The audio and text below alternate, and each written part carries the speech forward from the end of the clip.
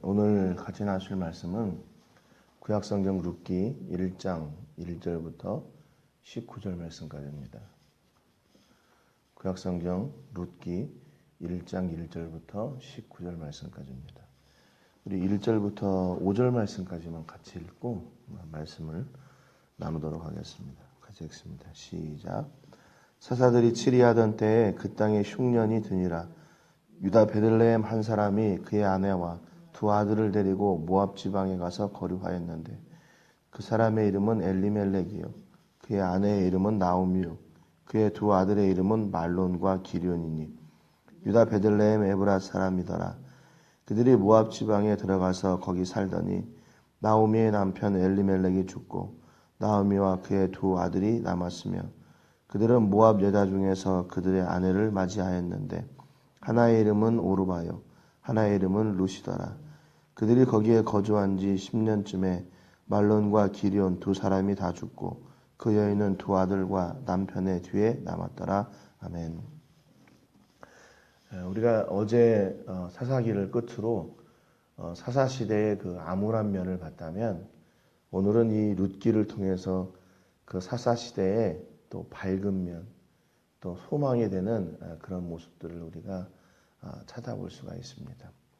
하나님은 그러니까 어떤 시대적인 상황, 시대적인 어떤 믿음 또는 시대적인 어떤 영웅들을 기대하고 계시는 것이 아니라 하나님은 그 시대에 한 사람을 통해서 한 가정을 통해서 하나님의 꿈을 이루어 가시고 하나님은 변함없이 동일하게 그 구원의 역사를 이루어 가신다는 것을 우리가 이 룻기를 통해서 볼 수가 있습니다.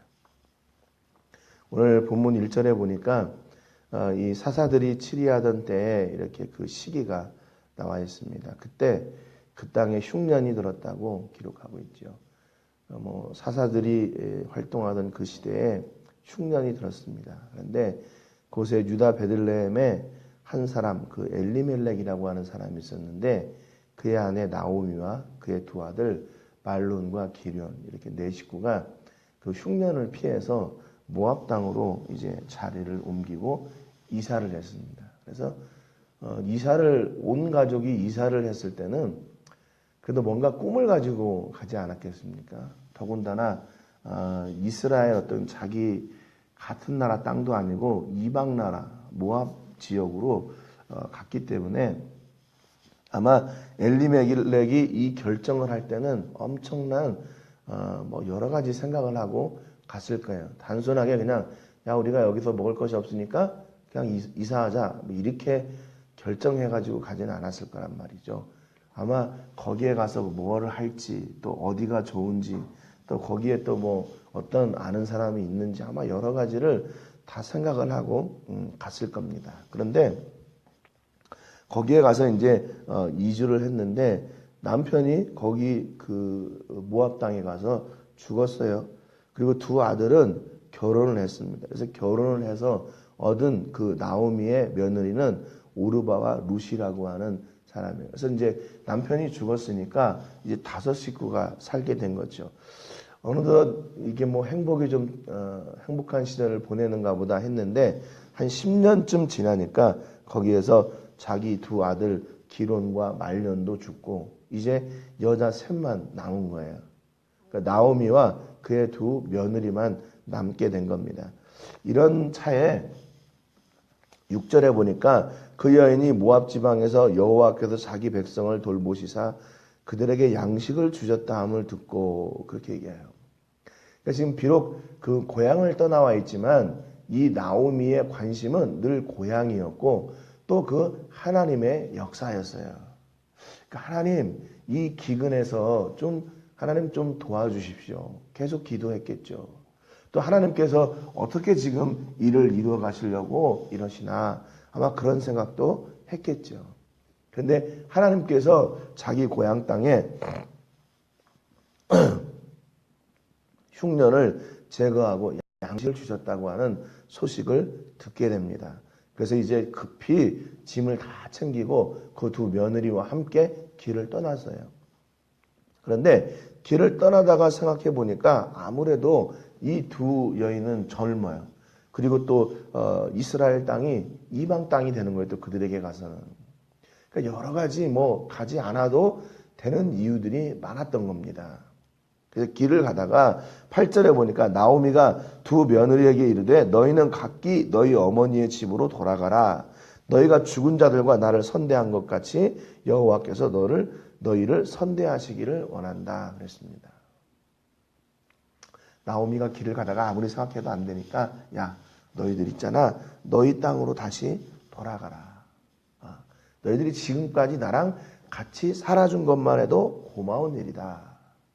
그래서 하나님께서 너희들이 그렇게 나를 선대한 것처럼 하나님께서 너희를 선대해 주시기를 원한다 했습니다.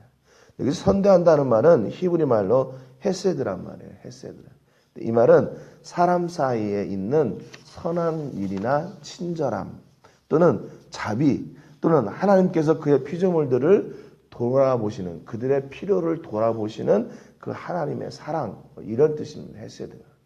그러니까 이런 하나님께서 세세한 관심을 너에게 주시기를 원한다. 그 말 그렇게 이야기를 했어요. 또 그 다음에 보니까 여호와께서 너희에게 허락하사 각기 남편의 집에서 위로를 받게 하시기를 원한다 그랬습니다. 그러니까 다시 제가 하라는 얘기예요. 너희들이 다시 남편을 얻어서 그곳에서 너희가 못 받은 그 나머지 사랑을 너희가 받기를 원한다 그랬습니다. 지금 나오미가 사실은 그 며느리들에게 줄 수 있는 게 아무것도 없어요. 얼마나 뭐 많이 모았겠어요. 10년 동안 그 이주해가지고 이방 땅에 가서 살았는데 얼마나 많은 걸 모았겠어요. 또 거기 많이 모았으면 또 다시 고향으로 돌아가려고 했겠어요. 그런 게 없으니까 이 자기 며느리들에게 줄 것도 없는 거예요. 그런데 나오미는 그 며느리들에게 하나님께서 복이다. 하나님이 복이시다. 하나님이 너희를 그렇게 돌보실 것이다. 라는 그런 믿음을 가지고 그들에게 하나님의 복을 빌어주는 거예요. 하나님이 너희와 함께 하시고 하나님이 너희를 선대하시고 너희의 필요를 돌보시고 채워주실 거야. 근데 처음에는 두 며느리 모두가 나오미를 따르겠다고 이야기합니다. 그런데 나오미는 그들에게 계속 설득하죠. 야, 너희들이 그래도 나를 따라도 안 돼. 뭐 내가 지금 다시 뭐 시집을 가서 아들을 낳으면 너희들이 걔들하고 또 결혼할 수 있겠냐. 그럴 수 없으니까 너희가 가라. 그러면서 13절에 보니까 너희가 어찌 그들이 자라기를 기다리겠으며 어찌 남편 없이 지내겠다고 결심하겠느냐. 내 딸들아 그렇지 아니하니라. 여호와의 손이 나를 치셨으므로 나는 너희로 말미암아 더욱 마음이 아프도다. 그랬어요. 지금 이 나오미가요. 자기의 그 현실의 상황을 보고 하나님이 자기를 치셨다 그렇게 얘기해요. 여기 치셨다는 말은 히브리 말로 야차란 말인데 사라지다, 떠나다, 잃어버리다 그런 뜻이에요. 그러니까 하나님이 자기 앞에서 사라지신 거예요. 자기와 동행하시던 하나님이 없어지셨다는 거예요. 자기를 버리셨다는 겁니다. 그런 자기 지금 상황을 보고 그렇죠. 고향 땅을 떠나왔는데 남편을 잃었죠. 또 두 아들이 있었는데 결혼을 했는데 한 10년 지나니까 그 두 아들도 다 죽었죠. 그러니까 이방 땅에서 남은 것도 없고 이제는 홀몸으로 이제 고향 땅에 돌아가겠다. 그런 거죠. 그러니까 지금 나오미가 생각할 때는 자기의 형편이 너무 찬양한 거예요. 그런데 이렇게 나오미가 여호와의 손이 나를 치셨다라고 이렇게 하는 그런 걸 왜 이렇게 고백했을까? 저는 이걸 두 가지로 생각을 해요. 첫 번째는 뭐냐면 실제로 나오미가 하나님을 기복신앙으로 섬겼던 사람이었기 때문에 실패와 절망을 거듭하면서 실제로 하나님이 나를 버렸다. 아마 이런 절망 가운데 진짜로 그러니까 하나님이 복 주시는 분인데 내게 복을 안 주시니까 하나님이 나를 떠났다. 이렇게 생각을 했든지 아니면 또 하나는 나오미의 그 며느리들이 이방 사람들이잖아요. 그러니까 하나님에 대해서 잘 몰라요. 그러니까 하나님이 어떤 분이신지 그거를 그들이 잘 설명할 수 있게 하려고 그냥 나를 하나님이 버리셨다. 그들이 이해할 수 있는 그 수준의 언어로 이야기했을 것이다. 이 두 가지 생각을 해보는데 이 뒤에 나오는 그 나오미의 신앙의 모습을 본다면 이거는 두 번째인 것 같아요. 그러니까 나오미의 그 며느리들이 잘 이해할 수 있도록 그냥 하나님이 나를 떠났다 이 말은 그건 실제 나오미의 신앙의 고백이 아니라 그 며느리들이 이해할 수 있도록 하나님이 이제 어떤 상황 가운데 지금 이런 일들이 이렇게 되나. 왜냐하면 이방 사람들은 그 우상에 대한 개념이 있잖아요. 그래서 그 두 며느리들이 이해하기 쉽도록 그냥 그 상황을 그렇게 아마 설명을 했을 것 같아요. 이렇게 나오미가 며느리들에게 돌아가고 하자 결국에 14절에 보니까 오르바는 그의 시어머니에게 입맞추고 돌아갔어요. 그런데 룻은 그를 붙쫓았더라 그랬습니다. 붙쫓았더라. 이 붙쫓았다는 말은 히브리 말로 다바크예요. 다바크. 이게 집착하다, 달라붙다, 가까이 붙다 그 말이에요. 그러니까 결국에 이 나오미는요 자기 엄마를 붙든 거예요. 시어머니를 붙든 거예요. 마음뿐만 아니라 그의 몸까지도 자기 시어머니에게 붙었어요. 그래서 15절에 보니까 나오미가 또 이르되 보라 내 동서는 그의 백성과 그의 신들에게로 돌아가나니 너도 너의 동서를 따라 돌아가라. 그렇게 얘기합니다.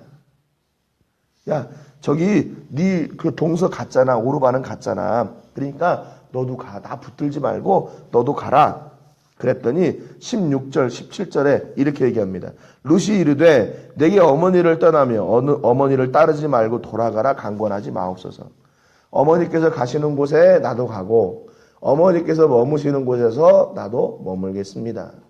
어머니의 백성이 나의 백성이 되고 어머니의 하나님이 나의 하나님이 되시리니 어머니께서 죽으시는 곳에서 나도 죽어 거기 묻힐 것이라. 만일 내가 죽는 일 외에 어머니를 떠나면 여호와께서 내게 벌을 내리시고 더 내리시기를 원하나이다 하는지라 그랬습니다. 그럼 지금 오늘 이 그 룻의 고백이요 정말 엄청난 고백이죠. 우리가 사사시대에 봤잖아요. 누가 하나님을 이렇게 고백한 사람이 있습니까? 그들은 늘 하나님을 뒤로 하고 자기들의 생각을 따라 살았던 사람들이에요. 그런데 오늘 이 룻은요 나는 하나님을 모시는 당신을 따를 거고 당신의 하나님을 따를 겁니다. 그렇게 얘기하는 거예요. 자기 시어머니의 하나님이에요. 네? 근데 그 하나님이 나의 하나님이 될 것이고 그 당신이 죽으시는 그곳에서 나도 죽을 것이고 내가 만약에 죽는 일 외에 어머니를 떠나면 하나님이 내게 벌의 벌을 내리시기를 원합니다. 그래서 지금 이 룻의 고백은요 진짜 철저한 고백이에요. 네? 나오미는 지금 그러니까 뭐냐면 룻은 나오미가 지금 하나님이 나를 버리셨다, 나를 떠났다 그 말이 무슨 얘기인지를 아는 거예요. 실제로 복을 안 주시니까 떠났다 그 말이 아니라 자기들을 돌려보내기 위해서 지금 그렇게 했다는 이야기를 안다는 거죠. 결국에 그게 무슨 말이냐면 진짜 복은 뭐냐? 우리가 눈으로 보여지는 그것이 아니라 하나님이 진짜 우리의 복이라는 사실을 이 룻이 알고 있는 거예요.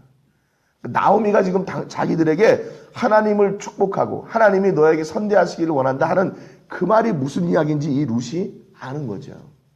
여러분 원래부터 이 룻이 이렇게 하나님을 향한 믿음도 있고 사람을 향한 신뢰도 있는 사람이었을까요? 당시의 상황에서 본다면 그러지 않았어요. 그냥 오르바는 이미 갔잖아요. 이게 아마 당시 시대에 그냥 일상적인 그런 모습인 겁니다. 그러니까 나오미도 자기 그 두 며느리들이 그렇게 자기를 떠나가는 거, 자기가 함께 가는 거 원치 않고, 야, 너희들이 그냥 너희들이 지금 이제는 살 수 있으니까 너희들의 길을 가라. 그렇게 종용했던 거고요. 그러면 어떻게 이 룻이 이렇게 하나님을 믿고 사람을 신뢰하는 그런 신뢰의 사람이 됐나? 바로 하나님 때문에 그래요. 하나님 때문에. 룻이 이 나오미의 가정에서 하나님을 배웠어요. 하나님을 배웠어요. 그들이 어떻게 하나님을 섬기고 어떻게 하나님을 기대하고 하나님이 어떤 분이신지를 잘 배웠어요. 잘 배웠어요. 그러니까 하나님이 복이고 하나님이 우리에게 주시는 그 환경은 눈에 보이는 것에 불과하다는 것을 알게 된 거죠. 그러니까 이 지금 룻은 진짜 복을 쫓아가고 있는 거예요. 지금 진짜 복. 눈에 보이는 그것이 아니라 눈에 보이지 않는 그 하나님, 하지만 우리의 삶을 철저하게 붙드시고 인도하시는 그 하나님, 우리를 선대하시는 그 하나님을 보고 쫓아가는 겁니다. 그러니까 비록 하나님은 이런 지금 우리의 상황을 볼 때는 이게 복이 아닌 것처럼 보이지만 하나님이 함께 하신다면 또 하나님이 백성들에게 자기 백성들에게 양식을 주셨다는 소식을 듣고 가는 거잖아요. 지금 하나님을 향해 가는 거잖아요. 물론 자기와 동행하고 있지만 그러니까 그것이 복인 줄 아는 거예요. 그래서 룻도 하나님을 고백하게 되는 겁니다. 뭐 굳이 당신을 따라가겠습니다. 난 당신이 좋습니다. 이러면 되지. 뭐 당신의 하나님이 나의 하나님이 되고 내가 하나님을 어머니를 죽는 일로 했다라면 하나님이 내게 벌을 내실 겁니다. 무슨 굳이 이렇게 이야기해요. 왜냐하면 나오미의 믿음을 알고 있기 때문에 그래요. 그러니까 룻이 나오미가 섬기고 있는 그 하나님의 이름으로 자기의 하나님이 되고 내가 그분과 관계 있고 나는 그분을 그렇게 신뢰하고 믿는 사람이라는 것을 보여주는 거죠. 그러니까 이렇게 이야기하니까 결국 나오미도 룻을 데리고 그를 떠나게 됩니다. 네.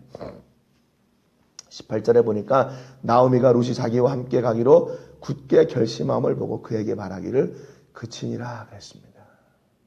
그러니까 이 룻이 이렇게 지금 이 시대에는 정말 이방 사람이지만 하나님 때문에 하나님을 믿는 믿음의 사람 그리고 이웃에게는 신뢰를 주는 이런 신뢰의 사람이었어요. 그러니까 믿음 때문에 이웃과의 관계도 역시 이렇게 신뢰를 지킬 줄 아는 사람이 된 겁니다. 하나님과의 관계가 그렇기 때문에 우리도 바라야 돼요.